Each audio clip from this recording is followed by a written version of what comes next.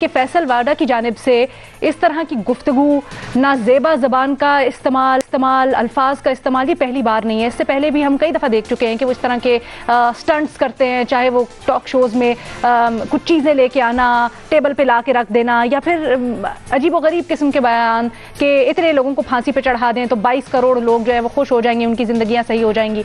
पूछना अपने अल्ले से ये है कि जनाब, इस तरह के जो बयानात होते हैं या इस तरह की जो बयानबाजी या सख्त अल्फाज का इस्तेमाल है, इसकी वजह है क्या? हाँ या नहीं के ऑप्शन है हमारे एनालिस्ट के पास। पूरी सिचुएशन का जायजा लेंगे।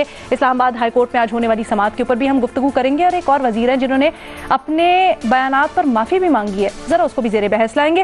पैनल पर आज हमें ज्वाइन करें हसन निसार साहब, रीमा उमर साहिबा, महमूद सरफराज साहिबा और मजहर अब्बास साहब। हसन साहब, गुफ्तगू आपसे शुरू करना चाहूँगी, क्योंकि सर अगर बिल्कुल ही आम आदमी की नज़र से देखा जाए तो मालूम ऐसा ही होता है कि शायद ये पॉपुलैरिटी के लिए इस तरह की बयानबाजी की जाती है, लोगों में मकबूल होने के लिए, अवाम में मकबूल होने के लिए।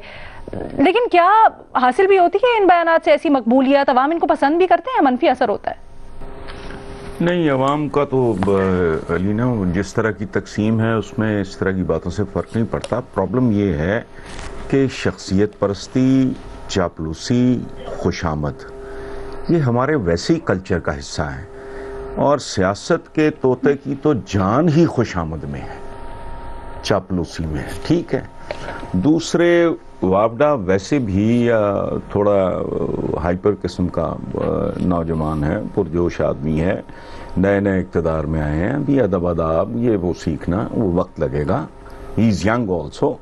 और आखिरी बात कि इतनी देर से ज़मीर के जागने पर तो मेरा रद्द अमल भी आपको याद होगा, शायद कल की बात है, या मैंने पता नहीं किसी और चैनल पे कोई बात की हो, मुझे याद नहीं। लेकिन इतनी देर से ज़मीर क्यों जागते हैं कि किस सर्द खाने में पड़े रहते हैं? ये कल हमने बात की है। मेरी ज़बान बेहतर होगी लेकिन बात तो वही है, बॉटम लाइन एग्जैक्टली वही है। अच्छा, बाकी जिस वजीर की आपने बात की कि उन्होंने माजरत कर ली है, और ये ज़िंदगी में बड़ा खूबसूरत रवैया है। हमारे यहाँ इस रवैये का कहत है, गलती आपसे भी हो सकती है, मुझसे भी हो सकती है, किसी और से भी हो सकती है। बंदे को खुले दिल से ना कि आई एम सॉरी, इसीलिए ईजाद हुआ है ना, हो जाता है बाजू का कोई स्लिप ऑफ टंग हो गई, या ज़्यादा कोई गुस्से में बात निकल गई, उल्टी सीधी मायूब बात निकल गई, बंदा माजरत कर लेता है। तो जिसने माजरत की है वो एक ग्रेसफुल मैच्योर आदमी होगा डेफिनेटली। मुझे नहीं पता आप किसकी बात कर रही हैं। सर, मैं फवाद चौधरी साहब की बात कर रही हूँ। इलेक्शन कमीशन से मुतल्लिक फवाद चौधरी साहब ने प्रेस कॉन्फ्रेंस की थी, उसमें बड़े इल्जामात भी लगाए थे कि जो ईवीएम से मुतल्लिक या इलेक्शन इस्लाहात से मुतल्लिक इलेक्शन कमीशन का मौक़िफ़ रहा है उसकी मुखालफत कर रहे हैं, वो नून लीग की ज़बान बोल रहे हैं। खासकर उन्होंने पिन पॉइंट किया था चीफ इलेक्शन कमिश्नर को, और कहा था कि ये ज़्यादा शौक चीफ इलेक्शन कमीशन साहब को ही हो रहा है, और वो माउथ पीस बने हुए हैं नून लीग के और अपोजिशन के। इलेक्शन कमीशन ने उन्हें तलब किया था, आज फवाद चौधरी साहब ने माजरत कर ली है। हाँ, सर, वैसे माजरत कबूल कर लेनी चाहिए, काफी है? हाँ, नहीं, बहुत अच्छा किया उन्होंने, बहुत अच्छा किया। हाँ, मैच्योर आदमी, बिल्कुल ठीक है। अगर निकल जाती है बाज़ औक़ात, यार हम इंसान हैं, स्लिप ऑफ टंग किसको कहते हैं? ज्यादा गुस्सा किसी बात पे, गुस्सा तो मुझे भी बहुत है, टू टेल यू ऑनेस्टली। मैं शायद 20 साल पहले मुझसे आप बात करते तो मैं फैसल वापडा से भी ज्यादा सख्त जबान इस्तेमाल करता। ये ज़मीर है, ये मैंने कल भी बात की है कि ये लड़ाई के बाद याद आने वाला मुक्का है, थप्पड़ है जो अपने मुंह पे मारो आप। आज बल्कि 5-4 लोगों ने अपने कॉलम्स में इसको कोट किया है इस बात को। ये ज़मीर 3 साल भाई मौके पे जागे ना, इतने बाज़मीर हो तो क्या जिंदगी में। बिल्कुल, कल भी हमने इसको उठाया, इसको आगे मैं लेके चलती हूँ। बॉटम लाइन पे कबर ही है ना। हसन साहब कह रहे हैं कि अल्फाज का चुनाव सख्त गलत, जी बेशक बात वो सही कर रहे हैं।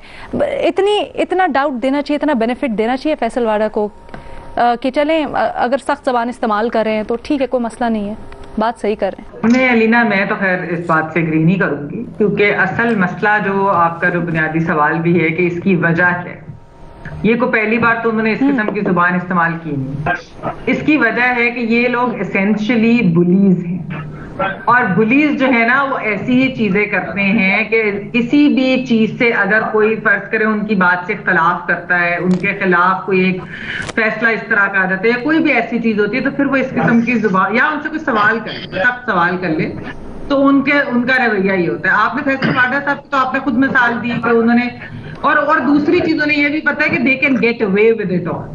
तो आप देखिए उन्होंने एक टॉक शो पर क्या किया, फिर सहाफी जब उनसे सवाल करते हैं तो आगे से किस किस्म की बदजुबानी बदकलामी वो करते हैं, उन्हें मालूम है कि कुछ नहीं होना। ये जज साहब के बारे में जो मर्जी आपको अगर इख्तलाफ भी हो उनकी स्टेटमेंट से, ये कहना कि मुंह काला, फिर आपने जो उन्होंने लफ्ज इस्तेमाल किया, हम वाकई वो नहीं लफ्ज इस्तेमाल कर सकते। फिर ये खाली फैसल वाडा साहब की बात नहीं है, अभी आप लोगों ने पिछले हफ्ते डिस्कस भी किया था, असद उमर साहब ने जो कुट चढ़ा देंगे, ये जो इनका ना कि चित्रोल कुट तो मुंह काला करके ये करेंगे, उल्टा लटका देंगे, फलानी चीज, ये जो एक वायलेंट इनका आता है ना रिएक्शन, इनकी ट्रेनिंग ही ये है।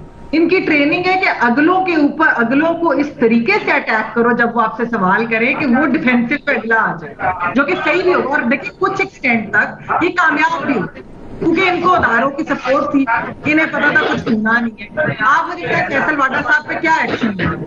अभी तक तो इलेक्शन कमीशन का भी फैसला नहीं आया, जो कि एक ब्लैक एंड व्हाइट चीज नहीं आए ना, उनके खिलाफ कुछ नहीं होता। ये कामयाब, ये सहाफी को गाली दे दे, ये ईसीपी को कुछ कह दे, इनका माइंडसेट का मसला है कि हमने बुली करना है और अगले जो है वो बैकफुट पे चले, तो ठीक है। और जहां तक ये बात है कि जो फवाद चौधरी साहब की, जहां तक उसका इलेक्शन कमीशन के सामने जो बयान की बात है अलीना, उसमें तो मुझे लगता है कि एक्चुअली जो ज्यादा एक बड़ी बात है वो फवाद चौधरी साहब ने कहा, क्योंकि वो काबीना की जुबान बोल, क्योंकि वो जब से इंफॉर्मेशन मिनिस्टर बने वो एज एन इंडिविजुअल बात नहीं करते, वो काबीना की तरफ से बात कर रहे थे। तो क्या ये सवाल तो इलेक्शन कमीशन का अब काबीना और वजीर आजम से पूछना चाहिए, क्योंकि ये ज्यादा बड़ा मसला है कि ये काबीना की वजह से उन्होंने इस किस्म के अटैक्स अगर किए इलेक्शन कमीशन के क्या माफी मिलनी चाहिए? माफी तो ठीक है, उन्होंने माजरत कर ली, यही होता है, ये वो तो बाकी इलेक्शन कमीशन ही आगे डिसाइड करेगी। लेकिन मेरा तो ये है कि जो उन्होंने बात की है कि वो काबीना को रिप्रेजेंट कर रहे थे, he was not saying this as an individual, वो ज्यादा सीरियस बात। लेकिन इस तरह से एक इदारे के ऊपर बगैर किसी सबूत के इल्जाम लगा देना, एक तरह से हम सब ने भी बैठ के इसके ऊपर बात की, तासुर यही गया कि शायद जानिबदार है इदारा या नहीं है, बहुत सी चीजें हैं। और जो आम आवाम, चले हम लोग तो बैठ के इसके ऊपर बात कर रहे हैं, इसको डिबेट करते हैं, लेकिन वो लोग जो बस जो वज़रा ने कह दिया, रहनुमाओं ने कह दिया, इसको अब्सॉर्ब कर लिया, बस उनके ऊपर क्या तासुर जाएगा? एब्जॉर्ब की बात नहीं है ये। देखे ना, सवाती साहब ने तो कहा कि आग लगा देंगे, बाकी भी, लेकिन मैं ये कह रही कि इसका मतलब ये गवर्नमेंट की पॉलिसी है कि अगर वो ईवीएम्स पे नहीं मानेगी ईसीपी तो फिर उनके साथ इस तरह से करें। अगर कोई 10 का इलेक्शन की रिपोर्ट इनके हक में नहीं जाती या फैसला इनके हक में नहीं आता तो फिर आप इस तरीके से उनके ऊपर जो है, मैं जो बात कर रही हूँ कि ये हुकूमत की एक पॉलिसी हमें नजर आती है, ना फैसल वाडा एज एन इंडिविजुअल, ना ये कि कोई और, ये बेसिकली बुली है। हुकूमत ही बुली है, वो करते ही है कि जो चीज ना पसंद आई तो उसके बाद अटैक कर दो ताकि अगला डिफेंसिव पे या बैकफुट पे चले। हसन निसार साहब वैसे कह चुके हैं कि अल्फाज सख्त सही इस्तेमाल किए हैं, अगर मैं होता तो मैं इससे ज्यादा सख्त जबान इस्तेमाल करता। हसन साहब, आपकी लाइलपुरी बेटी देखे क्या कह रही है? नहीं, मैंने कहा है नहीं, मैंने कहा है कि मैं अगर 20 साल पहले होता तो शायद मैं इससे ज्यादा सख्त जबान इस्तेमाल करता, मैंने ये बात की। अब नहीं, अब भी मेरा मूड होता तो मैं इससे भी ज्यादा करता। ये हुकूमत, लेकिन नहीं, वो एज के साथ बना कि बुली कर रही है हुकूमत, ये स्ट्रैटेजी सही है? देखें, आपको पता है वजूहात क्या हैं कि मैं महमूद से इख्तिलाफ नहीं कर सकता, मैं लायलपुर के 1 घंटा घर में टक्कर नहीं मार सकता। ये तो नाइंसाफी है, ये तो सर सीधी सीधी वैसे नाइंसाफी है। लेकिन एक अच्छा चले, आपकी राय का हम एहतराम करते हैं। वैसे एक बंदा है जो बेबी है, सर ये आपका इस्तेहकाक है, ये आपका इस्तेहकाक है। आपकी तरफ आना चाहूंगी मैं रीमा, क्योंकि आज राना शमीम के जो बेटे हैं उन्होंने अदालत में वीडियो दिखाने की दरख्वास्त भी की जो फैसल वावडा की थी, उनके बयान की थी, और कहा है कि अदालत इसके ऊपर नोटिस ले। गो कि अदालत ने कह दिया कि इससे मुताल्लिक एक सेपरेट दरख्वास्त है, लेकिन कुछ कार्रवाई हो सकती है इसके ऊपर? क्या कार्रवाई हो सकती है और कैसे आप देखती हैं इस बयान को? जी शुक्रिया लीना। अभी कानून की बात नहीं करते, मैं वैसे रवैये की बात करना चाहती हूँ जो हमारे लीडर्स, चाहे वो असद उमर साहब हों, चाहे वो फैसल वावडा हों, कि वो बार बार जिस तरह, चाहे वो पार्लियामेंट हो, टीवी हो उनके वैसे जलसों में वो खिताब कर रहे हों, वो जिस तरह की जबान इस्तेमाल करते हैं, इसका क्या इम्पैक्ट होता है सोसाइटी पे।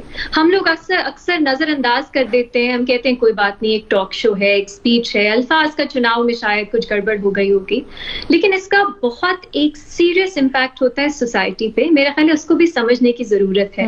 पाकिस्तान में इस पे इतनी रिसर्च नहीं हुई, लेकिन और ममालिक में इस पे बहुत रिसर्च हुई है। आप माजी में एक बहुत रिसेंट पास्ट का हवाला ले लीजिए, ट्रंप साहब का, वो इस तरह की बातें करते थे अपनी रैलीज में, वो भी तशद्दुद एक तरह से इंसाइट करते थे, और वहां पे इस पे स्टडीज हो चुकी हैं, ये डॉक्यूमेंटेड फैक्ट है कि उसका एक डायरेक्ट इम्पैक्ट होता है उनके सपोर्टर्स पे, और वो असल में लोगों पे अटैक्स करते थे, जो वायलेंस है वो अपना निकालते थे अंदर का।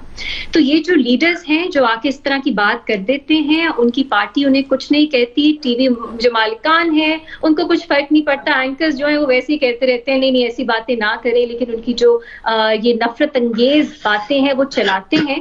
उनको इसका एहसास करना चाहिए, ये कोई बहुत छोटी बात नहीं है। और इस फैसल वाडा को खास मेरा ख्याल है एक उनका लगाव है चौकों से, चौकों पे लटकाने से और ऐसे दिखाने से कि बस ये हमारे मुल्क के जो है मसाइल हैं। अगर आप इस तरह लोगों को टॉर्चर करो, उन्होंने टॉर्चर की हमायत की है, इसको हमें नहीं भूलना चाहिए। उस वक्त जब ये हुकूमत टॉर्चर के खिलाफ एक बिल पास करवाने की कोशिश कर रही है पार्लियामेंट से, सो आप ये भी देखिए कि किस किस्म का ताजाद है कि आप बिल तो पास करवाएंगे टॉर्चर के खिलाफ, लेकिन आप ही के सीनियर लीडर्स, फॉर्मर मिनिस्टर भी है, भूलना नहीं चाहिए, वो टीवी पे बैठ के पार्लियामेंट में तशद्दुद की हिमायत करते हैं। अच्छा, एक और छोटी सी मैं मिसाल देना चाहती हूँ। मैंने इनकी ये वीडियो कल ट्वीट की, रिस्पॉन्स मैं देखना चाहती थी लोगों का क्या आएगा। बहुत से लोग हैं वो कह रहे हैं कि बिल्कुल ठीक बात है, फैसल वाडा जो कह रहे हैं वही होना चाहिए, हमारे सब मसाइल का हल यही है कि आप लोगों को चौकों में टांगो, जो गद्दार हैं ये सब, इनकी फांसी ही इनकी सजा है। और कोई जुडिशियल, ऑफ कोर्स इसमें आपको प्रोसीडिंग्स की आप बात नहीं करते, ये एक्स्ट्रा जुडिशियल एग्जीक्यूशंस और टॉर्चर की ही हिमायत है। अब लोग कहेंगे मैं ज्यादा इसको सीरियसली ले रही हूँ, लेकिन इसी वजह से, क्योंकि हमने आज तक इस रवैये को सीरियसली नहीं लिया, इसलिए ये बहुत बड़ी वजह है कि हमारा मुआशरा इतना वायलेंट है और हमारे मुआशरे में वायलेंस इतना नॉर्मलाइज्ड है, चाहे वो घरों में हो, वो स्कूलों में हो, वो मदारिस में हो, वो और सड़कों पे हो।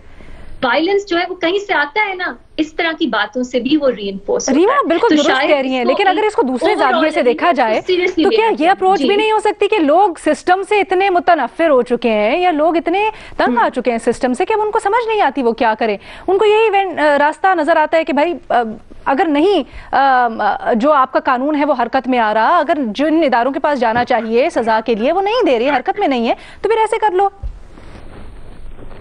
फ्रस्ट्रेशन तो समझ आती है, लेकिन इसीलिए आपके मुल्क में कवानीन होते हैं, रेड लाइंस होती हैं कि आपकी फ्रस्ट्रेशन एक हद से ज्यादा नहीं होनी चाहिए। हो सकता है कि मुझे महमल ना पसंद हो, लेकिन इसका मतलब ये नहीं है कि मैं उन पर तशद्दुद करूं।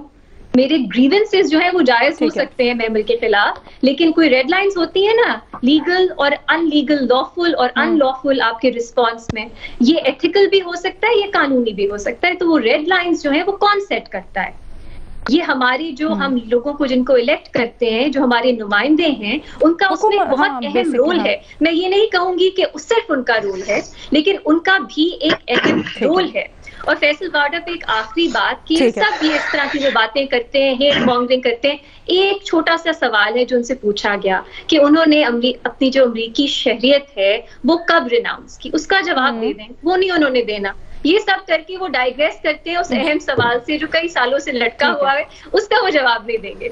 तो अगली बार जब किसी के शो पे वो आके चौकों पे लटकाने और जूतियां मारने, ये वैसे बड़ा अहम नुक्ता है कि अपने अभी जो हमने क्लिप भी प्ले किया उसमें बड़े सवाल उठा रहे थे वो, और बहुत सारे सवालात के जवाब मांग रहे थे, लेकिन जो सवाल उनसे पूछा जा रहा है वो उसका जवाब नहीं दे पा रहे हैं। फवाद चौधरी के ऊपर जरा मैं वापस आती हूँ, मैं वापस आती हूँ। मैंने आपसे मजीद भी थोड़े से कानूनी सवालात करने, लेकिन मजहर अब्बास साहब की पहले इसके ऊपर राय जानना चाहती हूँ। मजहर साहब, हमारे पास दो इस वक्त मुख्तलिफ राय हैं। एक राय ये भी है कि जो फैसल वाडा ने कहा वो बात तो दुरुस्त की उन्होंने,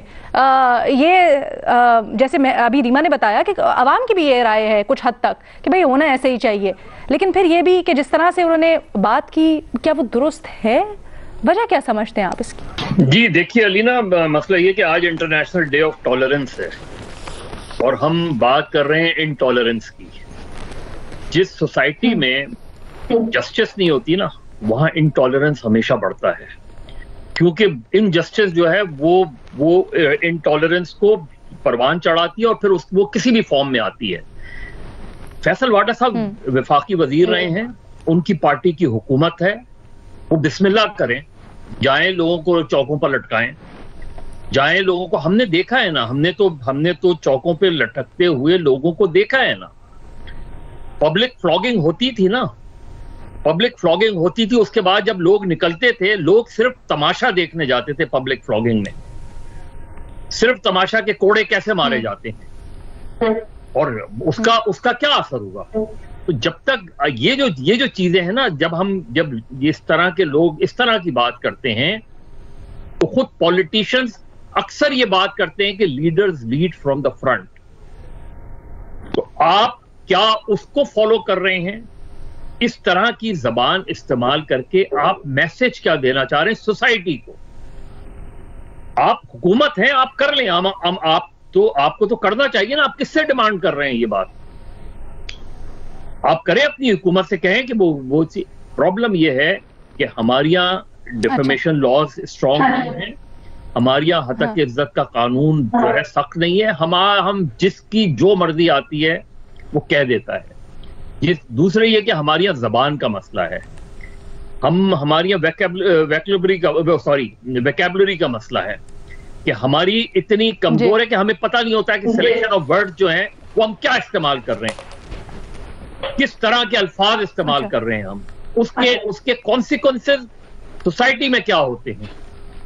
और हमने वो देखा है, आज ही का वाकया है या कल रात का वाकया है कि एक शख्स ने अपनी बीवी को रस्सियों से बांध के मार दिया। बहावलपुर का बहुत ही बिल्कुल दिलखराश वाकया। इस तरह के बेशुमार वाकयात आपको रोजाना मिलेंगे। कुछ रिपोर्ट होते हैं, कुछ रिपोर्ट नहीं होते।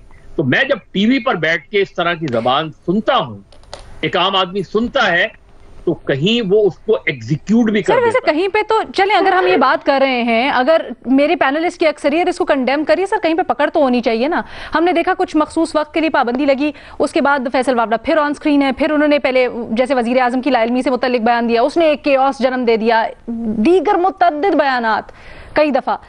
फवाद चौधरी को ले लें, उसके ऊपर बात करें, जैसे बाकी सब कह रहे थे कि ठीक है माफी उन्होंने मांग ली, लेकिन जिस पोजीशन पे वो हैं, जो ज़बान उन्होंने इस्तेमाल की एक इदारे के खिलाफ, फजूल में एक कंट्रोवर्सी, सच झूठ तो हमारे सामने आया नहीं, लेकिन क्या माफी मिलनी चाहिए? इतनी बहुत बड़ी नेग्लिजेंस नहीं थी? नहीं, देखिए क्या होता है, वो तो खैर अदालत का काम होता है, चीफ इलेक्शन कमिश्नर का काम है, आप जो है अपॉलॉजी एक्सेप्ट करें या ना करें। उन्होंने कहा रिटन अपॉलॉजी, उन्होंने कहा मैं रिटन अपॉलॉजी नहीं दूंगा, मैंने कह दिया पब्लिक। ये कंट्रोवर्सी होती है, लेकिन आप किसी भी स्टेज पे माजरत कर सकते हैं, माफी मांग सकते हैं। ग्रेस यही होता है, इमीडिएटली खुद ही। ये तो बड़ा कन्वीनियंट हुआ, मैं कुछ भी बैठ के बोल दूं और उसके बाद मैं माफी मांग लूं। आई एम सॉरी का क्या मतलब होता है? कहती है ना आप आई एम सॉरी, उसके बाद क्या चीज होती है? दो ही चीजें हो सकती हैं कि अगर मेरे अंदर वो बर्दाश्त नहीं है तो मैं कहूंगा नहीं, मुझे आपकी माजरत कबूल नहीं है। उसके फिर कॉन्सिक्वेंसेस क्या होते हैं? यानी मैं कोर्ट की बात नहीं कर रहा, मैं एक बाहर आपका आर्गुमेंट किसी से हो रहा है, आपके मुंह से कोई गलत बात नहीं की गई, आपने कहा आई एम सॉरी, तो मैं ये कहूं कि नहीं मुझे आपका सॉरी एक्सेप्ट नहीं है, उसके बाद क्या होगा? वायलेंस ही होगा ना, बढ़ेगी, आवाज बढ़ेगी, लाउड हो जाएंगे आप, फिजिकल हो जाएंगे। सर, ये सिचुएशन अलग है ना। फवाद चौधरी एक वजीर हैं, उन्होंने प्रेस कॉन्फ्रेंस की, आके प्रेस कॉन्फ्रेंस में उन्होंने काबीना से मुतल्लिक मंसूब करके इतनी बड़ी स्टेटमेंट दी, उसके बाद वो 2 दिन बाद आके कहते हैं कि जी आई एम सॉरी, तो थप्पड़ मार के सॉरी कबूल कर लेना चाहिए। नहीं, क्या करें फिर, क्या करें? उनको सजा दे दें, फिर क्या होगा? इलेक्शन कमीशन को इख्तियार है पूरा का पूरा, व्हाई नॉट? नहीं, सस्पेंड कर सकते हैं उनकी रुकनियत कुछ देर के लिए। इख्तियार सब चीजें, आपको जब लीगल नोटिस मिलता है किसी भी उससे, उसका पहला वो क्या होता है कि अनकंडीशनल अपॉलॉजी। ठीक है, आपसे अनकंडीशनल अपॉलॉजी मांगी जाती है। पहला जो होता है वो यही होता है कि आप माजरत कर लें। और अक्सर हमने मीडिया में ये देखा है कि अगर गलत है, आपको पता है कि आप उस पर स्टैंड नहीं कर सकते, तो आप माजरत कर लेते हैं। वरना आप कहते हैं कहते हैं कि मैं अपने बयान पे, अपनी खबर पे स्टैंड करता हूँ, उसके बाद वो कॉन्टेस्ट करते हैं। वो तो एक लीगल प्रोसीजर होता है, लेकिन सोसाइटी के अंदर चलें ठीक है, काफी माजरत जो है इसको प्रमोट करना चाहिए। ये बर्दाश्त को जन्म देता है। कर लेनी चाहिए माफी।